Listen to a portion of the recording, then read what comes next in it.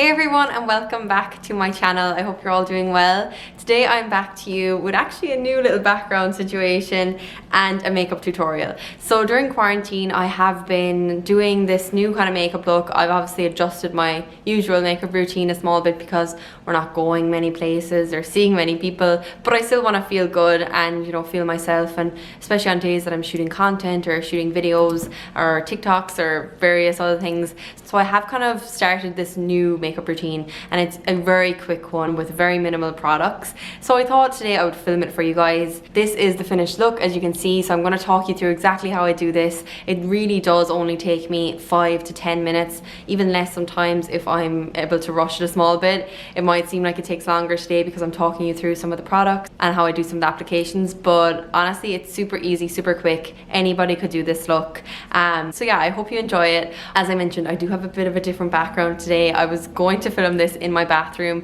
because that's where I usually do my makeup, but I thought I would change it up a small bit, so I set up a little studio behind me in my living room. And I would actually love to hear which you prefer. This is obviously with natural light because my window is right here, and usually when I film in the bathroom it's with artificial light. So let me know which you prefer, and I can carry on doing my makeup tutorials and any other videos that I'm showing you application in one of the places. I thought this might be nice for a change, but I do see like the clouds kind of covering the sun a little bit every now and again, so I'm not sure if that's annoying for you guys when the light changes. So just let me know if you don't mind. I'd love to hear your opinion on that. And without further ado, let's just go straight into the video. Okay, to start off doing my makeup, no matter whether I'm leaving the house or not that day, I will always put on SPF, and this is the one I've been using over the last while. I shared this on my stories a couple of times, but it is so good. I spent the last few years looking for an SPF that I love, and although I found some that I did like and did enjoy using, this has definitely been my favorite. It's from the brand Supergoop. You might have heard of them already. They specialize in SPF especially, and it's called Glow Screen, and it really reminds me of my strobe cream.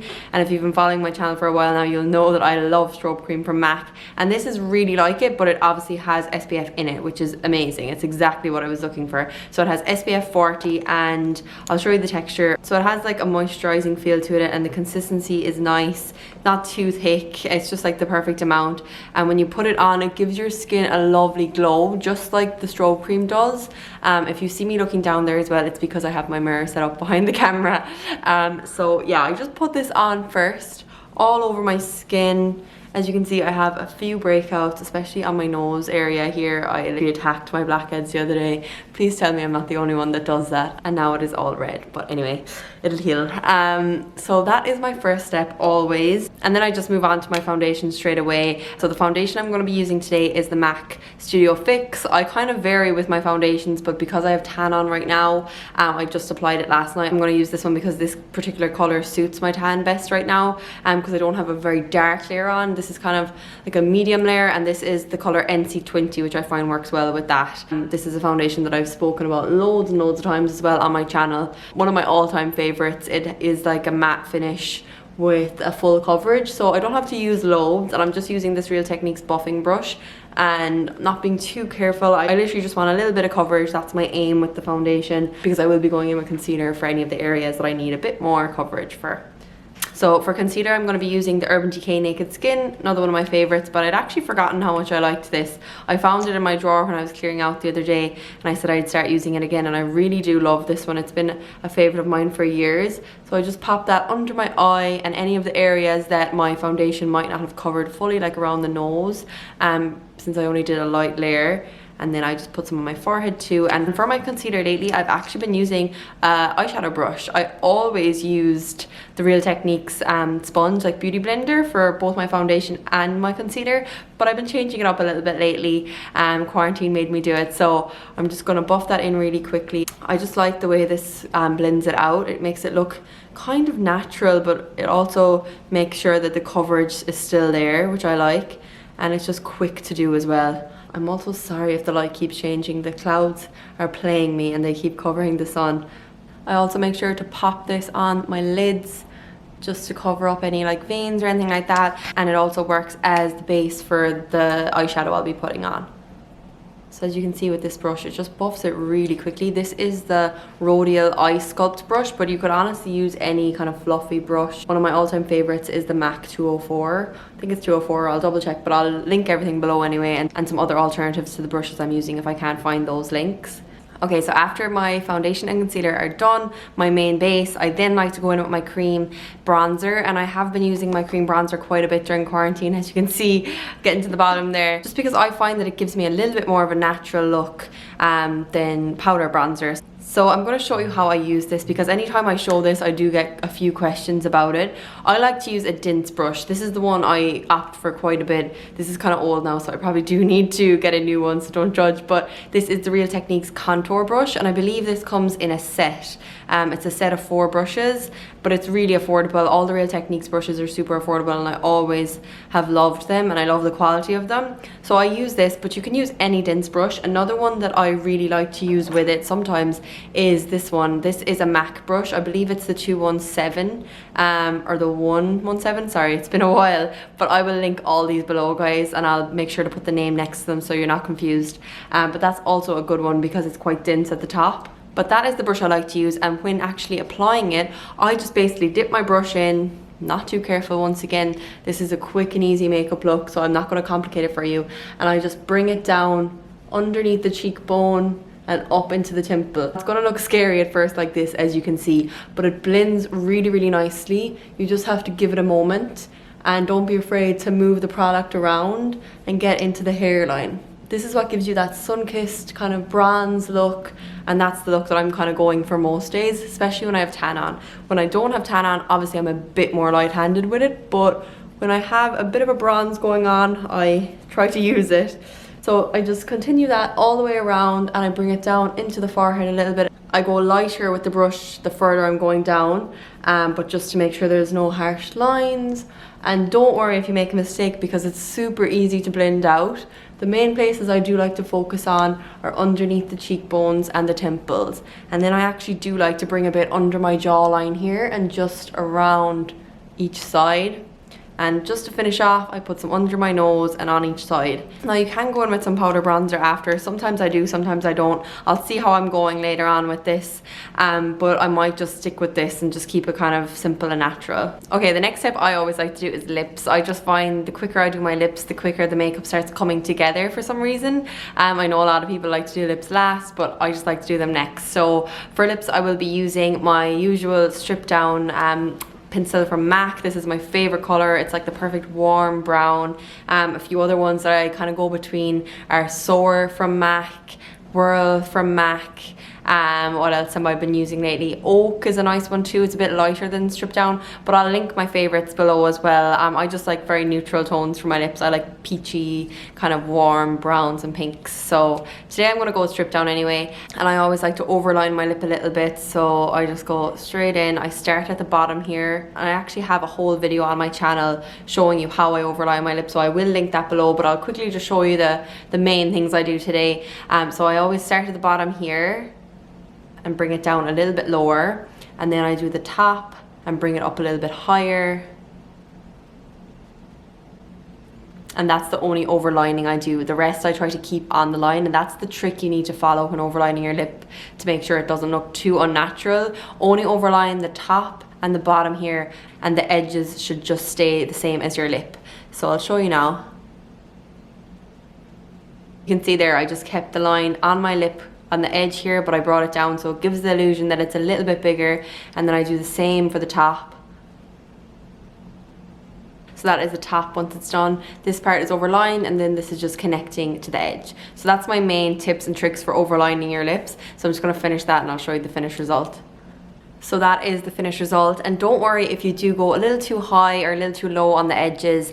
I usually do by accident, but I always am able to clean it up using concealer and a thin brush like so. This is the Blank Canvas E44 brush, and I believe MAC do one like this, and I think Real Techniques do too. I'll try and link some options. And this is the concealer I always use to clean up any mistakes I make. It is the MAC Studio Finish concealer. It's really, really full coverage, also great for blemishes blemishes, acne, any like dark spots you need to cover. It's also able to cover tattoos, in case you wanted to know. I have talked about this one before, so I just use this to clean up. So I'll show you how I do that now, because I made a small mistake. So I just dip the brush. You really don't need that much product at all because it is super full coverage. I just go around the edges like so and clean up any mistakes, and it really is that easy. You'll be left with like a little bit of residue from the concealer, but you can just tap that in with your finger and blend it away. So that really is my savior tip when overlining my lips. I find it so helpful. Okay, and once I have the liner all over my lips, I then go in with my lipstick. I'm going to be using this Maybelline one that I absolutely love. This is the Superstay Matte Ink in the shade Driver, and it's just a really nice peachy brown kind of pinky tone. It's hard to describe, but I'll put it on now and I'll show you. I pretty much wear this nearly every day. I've repurchased it so many times. This one's actually nearly empty. I need to get a new one, but I just put that right on top. And it's quite a thick liquid lipstick, so I would recommend just using a little bit, because otherwise it gets a little bit like crusty on your lips. That's the only thing I don't like about it. But if you just use a small amount, it does not happen. So that's my recommendation, and that is how it looks. So really nice kind of peachy brown nude. Definitely one of my favorites I found, especially for the price as well. I think it's only about maybe $12 or €10 maybe. I'm not 100% sure, but I'll link it below as well.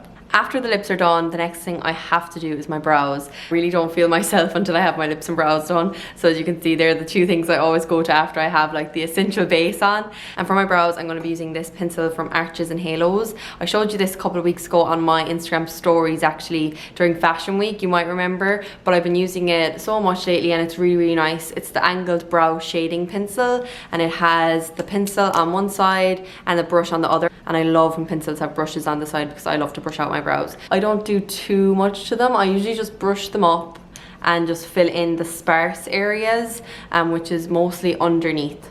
So this doesn't usually take me that long, because I'm not too precise on the days I'm just at home. I just like to give them a bit more of a fuller look. So I just go underneath the brow real quick, and making sure to keep the line kind of straight if I can. And then if I make any mistakes, I just get my finger and kind of buff it away. I'm a lot more precise when I'm doing my brows for, you know, a night out or an event. But when it's just daytime and I know I'm not going to be going anywhere or seeing many people, I like to just keep them quite fluffy and natural looking, so I don't use too much product. And then for the front, I just bring the pencil straight on and go upwards. And you don't want it to look too blocky at the front, so I then get my finger and just buff it so it doesn't look too kind of intense. That's my pet peeve with brows. I cannot stand when they're really intense at the front, and I've been there, I've done that. I still sometimes do it by accident, and I look at photos, I'm like, why did I do that? So always make sure to bring your finger in and kind of buff it away. And the same again for this side.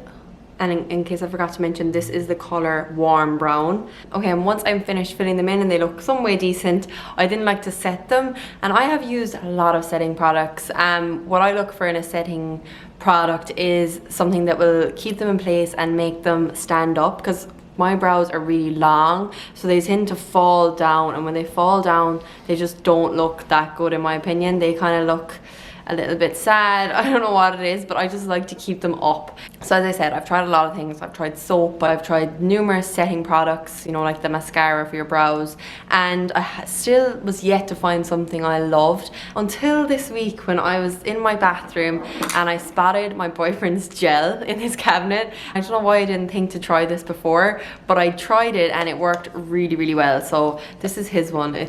I don't even know what brand this is. It's called Red One, and it is blue aqua hair wax, but I'm sure any gel will work. I will link a few below. I've seen people use some other types, but I dip my brush in, take the tiniest bit on my brush because a little bit goes a long way, and I just brush through, and it's literally been keeping them in place so well. I was so impressed by this. I had to show it to you guys. I'm just gonna get my mirror so I can see a little bit clearer. The only thing is it sets really quick, so make sure to kind of go fast with it. You don't want to keep brushing through because it'll start looking kind of chalky and white, and that's something you want to avoid. But it works so well. And you can do the really intense brow look if you want, where the hairs are sticking up straight, or you can keep it a little bit more natural looking. I like both, it just depends on the day. Today I'm gonna kind of do something in the middle. And that is the brows pretty much finished after I've done the gel on top. And that little last step literally only takes a couple of seconds, and it just really finishes them off, I think. And before we go any further, I know this brow style isn't everybody's cup of tea, and I totally get it. It is a little bit, you know, extra, but I personally love the bushy big brows. I just think there's something really nice and natural about them, so this is the look that I like to go for. So after that's done, I then like to go in with my eyeshadow, and as I said, this is a natural look, so we're not going to go too crazy with the eyeshadow. I usually just like to use 1 or 2 shades. This is the palette that I've been using a lot. It's the Huda Beauty Warm Brown Obsessions palette. I shared this on my story the other day, so you might have seen that. I've been really enjoying it just because it's super light and compact and easy, and yeah, I go through such phases with my palettes. I have way too many, so I like to change up every now and again, and this is the one that's just getting my attention right now. So these are the 2 shades I've been using mostly. These bottom 2, I don't think there's names on this, but it's the bottom light brown and the bottom pink shade, and usually I will just like mix these 2 together, or just get the brown by itself, and I will get a big fluffy brush. This is, I believe this is So Sue. The writing has gone off it. Oh wait, there's one number here, the So Sue SE201. I really like this brush. I believe it came in a set as well. I'll try and link it below for you, but it's just a really nice big fluffy brush. So yeah, I'm gonna mix those 2 together and literally go straight into my socket and buff them out. I try to keep it low and work my way up. That's my main tip if you're just going in with one color, which I will be today, is to keep it nice and low, because if you start too high, it'll go into the brow and it'll make it look a bit more dramatic than maybe you're going for. So just straight into the socket, blend, blend, blend. I do like to bring this into the inner corner as well, near my tear duct, and bring it out. I'm really not that careful with this step. As I said, this makeup is such a quick look for me. It takes me 5 to 10 minutes, and there's nothing precise about it. It's just to give me a bit of something. I think adding even 1 color to your eyelids and just blending it out changes the makeup so much and makes it so much more finished looking.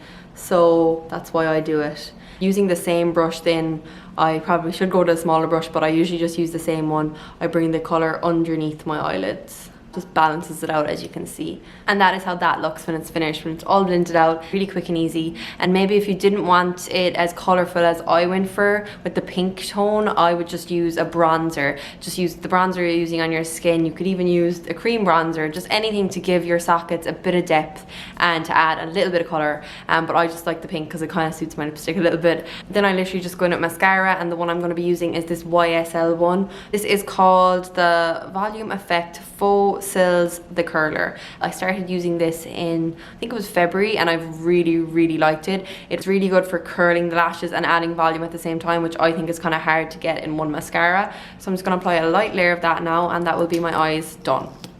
And that is my mascara done. So as you can see, it does give a bit of a lift to the lashes.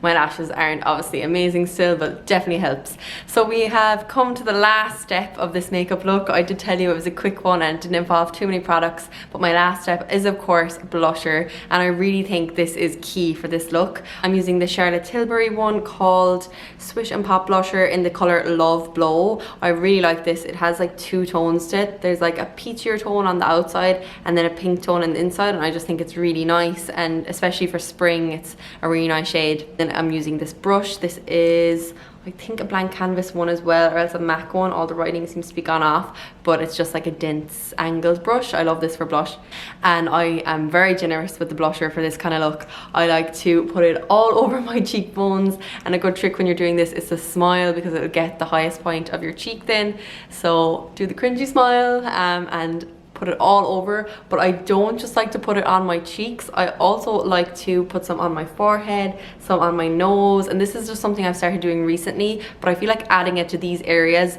gives your skin such a fresh look and almost makes it look like you were out in the sun, or you know, you were on holiday. It just, like, I don't know, brightens up your face a little bit. So I do like to add a bit there, especially on the nose.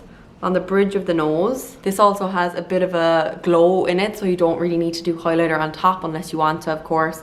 I haven't been doing that much highlighter because I feel like this gives me enough of a glow. And that is pretty much it, guys. I think I'm done. That is the extent of this look. I did warn you that it is quick and it has a minimal amount of products. Well, as minimal as I can do anyway. Sometimes I do like to add a few other elements like eyeliner and maybe a shimmery eyeshadow, but most times this is usually my go-to. But of course you can change it up if you want. I guess it just depends on how much time you have that day to do your makeup and what you're feeling. I just love how this makes me feel, and it's just a quick and easy way to give myself a bit more confidence on any given day, especially during quarantine when you might be feeling a bit weird.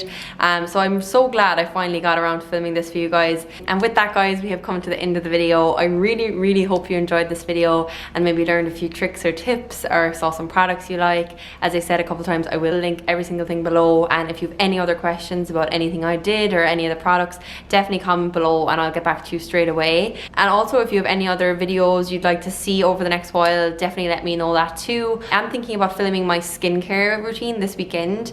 Let me know if that's something you're interested in. I'm between doing like a morning and a nighttime routine, so let me know which you'd prefer, or if you'd like me to maybe try and mix them somehow. I'd love to hear your opinion on that, and I can get that up ASAP because I know a lot of people are looking for skincare recommendations right now. So that's enough questions and babbling for you guys. Thank you again for watching. Please give the video a thumbs up if you enjoyed it, and subscribe if you haven't done so already, and I will see you in my next video. Bye.